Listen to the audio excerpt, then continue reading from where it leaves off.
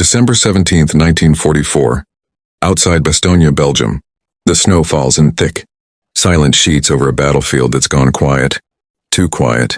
Beneath the frozen crust of mud lies a battered steel helmet. Half buried, its surface scarred with shrapnel marks and soot. The wind drags smoke across the white fields, whispering through the remnants of what was once the German encirclement, the siege of Bastogne.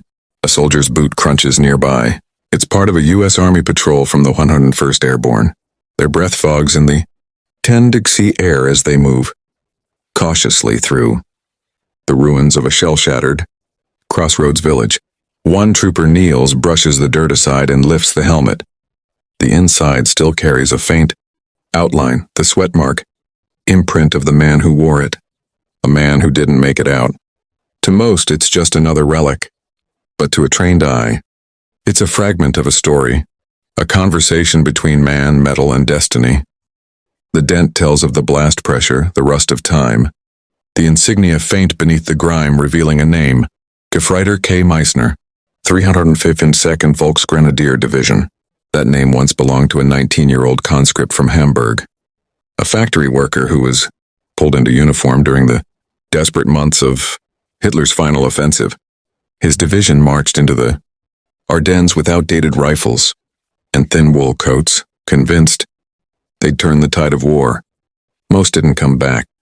Many simply vanished into the woods, leaving behind what historians now call silent witnesses, their gear. The helmet found that morning sits today under glass, preserved within the Bastogne War Museum. If you look closely, you'll still see the fingerprint etched into the rim by corrosion, like time refusing to let go. Every artifact like this and every canteen, letter, or rifle carries echoes. Evidence that history isn't just dates and battles. It's touch, smell, silence. Now imagine tracing that helmet's journey from the hands of a frightened boy in the Ardennes forest to the chill of the museum display where it now rests under fluorescent light, because they do.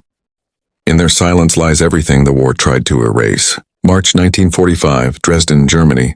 The city smolders under a haze of ash and silence. Buildings that once echoed with the hum of trams and church bells now stand hollow, ribs of stone jutting up into a gray sky. Amid the wreckage of an apartment block on Schluterstrasse, a small group of civilians dig through charred wood and collapsed beams. One of them, a teenage girl named Elsa Müller, uncovers a bundle of half-burned papers tied with blue ribbon. The ink has bled, but the handwriting still whispers through the soot.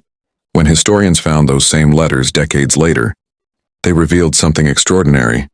Correspondence between a Luftwaffe mechanic and his wife, written over 4 years, from the Blitzkrieg in Poland to the final collapse of the Third Reich. Each word is marked with desperation, fear, and a slow creeping realization of what the war had become. In one note, the handwriting trembles mid-sentence. We were told it would be quick.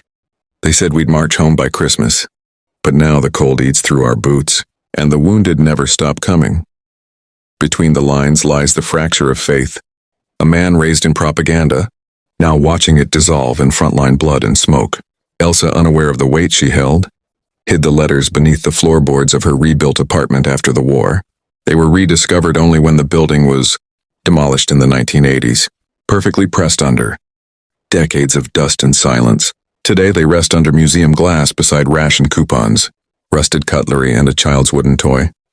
Together they tell the story of ordinary people crushed between armies, voices that refuse to disappear.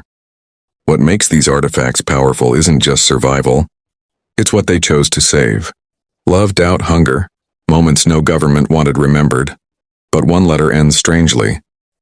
The writer speaks of a photograph, tucked away where no one will look, proof of what they did in the East. The historian who translated it says that line still haunts her because that photograph was never found.